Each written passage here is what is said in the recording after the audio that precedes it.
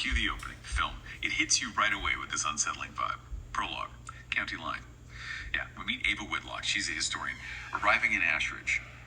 Desolate little town right on the West Virginia-Kentucky border. And the quiet there, it's not peaceful. It's heavy, like really oppressive. You see these roadside shrines straight off, hinting at bad things, old violence maybe, and the locals evasive. They won't meet you right. You can tell they're holding secrets. So Ava's there initially just looking into some disappearances. Standard stuff, you think. But you quickly get the sense that's just the surface. Ashridge, the film hints, isn't just any town. It's built, like literally on top of ancient ground saturated with karma. Yeah, and that karmic saturation, it's absolutely key. It's not just a spooky backdrop. The movie shows it as this tangible thing, almost biological, like a residue left by generations of intense violence, trauma, sheer willpower. Think of it like a stain soaked deep into the earth itself. So Ashridge becomes this major karmic hotspot, a kind of metaphysical beacon drawing in anyone connected to its violent past. The town itself is basically a character, a living trap. Which leads us into Chapter 1, Colloquy manuscript. And this is where Ava finds something that just flips her whole investigation upside down. Right, and this is where the mystery really, really kicks off. She finds this manuscript buried away, misfiled in some local archive, Colloquy with a shapeshifter. It's not quaint folklore. It's disturbing. It's oddly specific. Yeah. Feels incredibly real. So the film sets it up not just as some old document, but as something active, a trigger almost, connecting the past to what's happening now. Exactly, it's the key. It's not just stories. It's the blueprint for the current conflict. Then in Chapter 2, the history, boom, the manuscript just explodes onto the screen. Vivid flashbacks, visualizations. It's intense. And suddenly, the Hatfield-McCoy feud, that piece of American folklore everyone knows, it's retold, not as a family squabble, but as this mythic, almost existential war.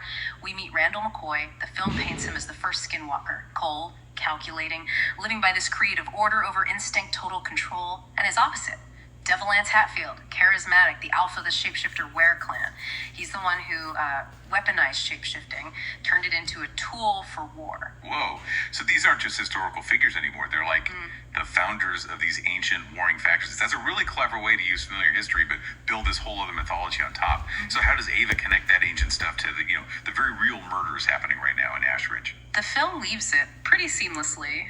As Ada reads, the parallels just jump out at her. They're undeniable. The manuscript isn't just history. It's like reading the playbook for what's happening around her. Yeah. And then, this is where it gets really personal for her, or potentially personal. We learn about Rosanna McCoy and John C. Hatfield, the classic star-crossed lovers from the feud, their forbidden union, their child. The film strongly hints that their bloodline might connect directly to Ava herself, suggesting maybe she has a deeper role in all this than she realizes. An inherited destiny, maybe. Okay, wow. Which takes us right into Chapter 3, The Town Below. Oh. This sounds like where Ava's academic interest turns into something much more terrifying. She finds out Ashridge isn't just near the feud site.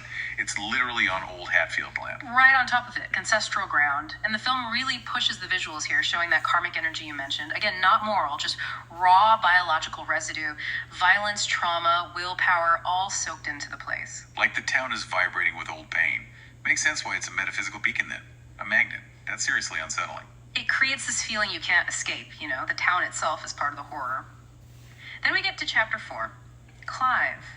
Ava starts digging into this guy, Clive Ashby, and he represents this modern, maybe more insidious evolution of the skinwalker thing. He's presented as this billionaire, but not just rich. He's a skinwalker who's been moving through bodies, climbing the ladder for generations, centuries maybe. The film shows Ava trying to piece it together. Old photos, footage, documents, witness accounts, and none of it adds up. Yeah. It's impossible for one normal human lifespan. It becomes chillingly clear he's everywhere, pulling strings, manipulating things not just in Ashridge, but way beyond.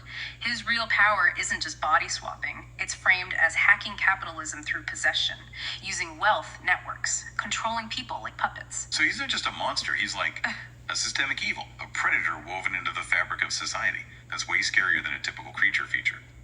Okay, so the tension must really ramp up in Chapter 5. The visitors, skinwalkers showing up more openly, people vanishing. Yeah, the disappearances accelerate. It becomes undeniable. The chaos is escalating. And then Ava has her first run-in with a banshee. And it's terrifying. But the twist, they aren't just ghosts from folklore.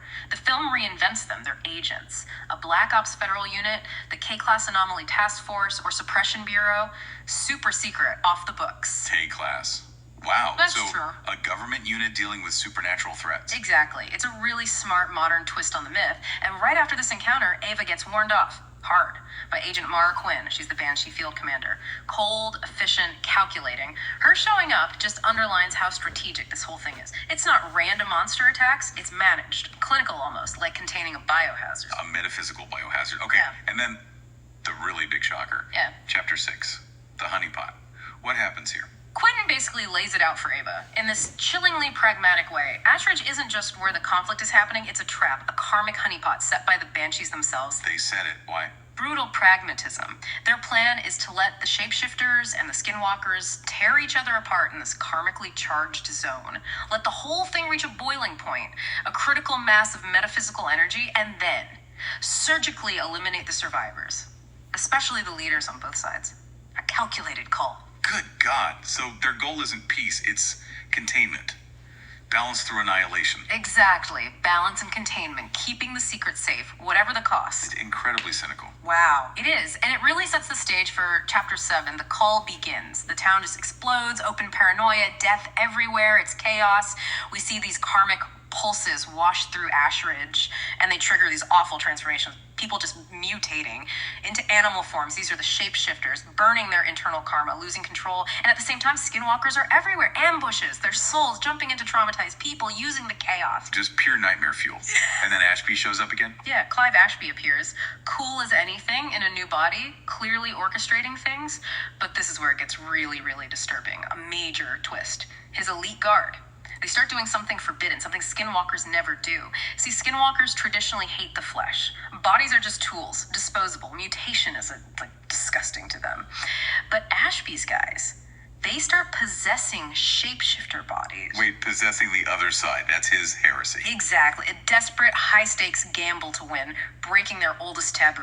And what happens when they do that? What are the consequences? Catastrophic. The film shows it graphically. When a Skinwalker forces itself into a shapeshifter body, the karmic feedback is immense. It creates something new and horrifying. An unstable hybrid called a whaleborn? Think of it like a living scream, a modern, messed up banshee. They can still walk, still shift forms maybe, but they're plagued by hallucinations, echoes of past hosts screaming in their heads, uncontrollable shifts. Pure agony. But that's why the Banshees are so terrifying. They're related to this forbidden act. It strongly implies they are the result or a consequence of this kind of forbidden merging. A chilling reveal about their nature. And the twists just keep piling up. So the Banshees' plan, it starts to go wrong. Big time. They thought they had it all calculated, the perfect little honeypot. But they start to realize, with dawning horror, the Skinwalkers are adapting, evolving under Ashby. They're getting faster, smarter, splintering off into rogue cells that the Banshees just can't track or contain anymore. Ashby has basically, as the film puts it, franchised skinwalking like a viral ideology. Like a virus they can't cure. Precisely. It's spreading too fast, too unpredictably for their surgical strikes. So what do the Banshees do? They're losing control. They make a desperate choice, a really pragmatic, cold calculation. They realize the only ones who can effectively hunt these new hybrid terrors, these whaleborns, are the Shapeshifters. With their primal instincts, their connection to the physical, their blood memory. No way. They team up with the Shapeshifters after planning to wipe them out. A reluctant pact. An alliance of desperation. It leads to the climax. The remaining Shapeshifters agree to help, but only on their terms. 2 conditions. Let me guess. Ashby has to die. Ashby has to die, and their bloodline, the Shapeshifter line, has to be left completely alone afterward. Not friendship, just war math. Exactly. Pure tactical necessity. And you see the battle turn, Shapeshifters and Banshees fighting side by side to take down Ashby and his inner circle. There's this one brutal scene Ava witnesses. An elite Skinwalker guard mid-possession jump just collapses. Their form tears apart, soul trapped screaming between bodies. Horrifying. Okay, so Ashby is dealt with. The immediate threat is over. What then? We move into Chapter 8, Colloquy. Ava, obviously deeply traumatized, but now holding this crucial, impossible knowledge. She seeks out the oldest living shapeshifter, a figure called the Hollow Man, hiding out on the edge of Ashridge. And he gives her the final colloquy. The full story, the scope of the bloodlines, the ancient pacts, how this conflict just cycles on and on. And this is where the connection to Ava herself comes back. Yes. The Hollow Man basically confirms it, or strongly implies it. She might be descended from Rosanna McCoy and Johns Hatfield. A living link to the original feud. a potential hybrid herself. But the film doesn't frame her as the chosen one, the savior who'll fix everything. She's the witness, the one who carries the story, embodying this idea that history, it never ends. It just gets buried, redacted, and waits to surface again. Wow, heavy stuff. How does it end? The epilogue. Epilogue, silence. It's stark, chillingly realistic in a way. Ashridge is locked down, sealed off, the whole incident scrubbed, covered up by the K-Class Bureau, erased from history, typical Black Ops cleanup. And Ava, what happens to her? She disappears. Her fate is ambiguous. Maybe she went underground, maybe she was taken, maybe she's part of the system now, we don't know. Man, that manuscript, the Colloquy with a Shapeshifter, archived, classified, heavily redacted, just another secret buried by those in power. The very last shot, it lingers on something, maybe an empty room, and you just hear Ava's voice like an echo. Don't trust what they bury. Chills. A really powerful ending. Leaves you thinking about cycles, secrets, power. Yeah, so pulling it all together, what does this film leave you with? Formless. The first hunger takes you through this incredibly complex conflict. Chaos versus order, ancient hate versus modern control. And the heroes, if you can even call them that, they aren't saviors. They're mostly just witnesses, survivors of this deep generational trauma. And thinking bigger, it makes you ask, right? In a world where power gets so institutionalized, where even these like metaphysical things are managed by secret agencies, what does identity even mean? What's freedom when your own body could just be seen as a disposable form? And the film really poses that final question to you, the viewer. If karma is just this biological residue, this stain, and history keeps repeating, what inherited forms or identities might you be carrying without even knowing it? What buried stories under your feet might be attracting unseen predators, influencing your present right now? Definitely something to chew on long after the credits roll.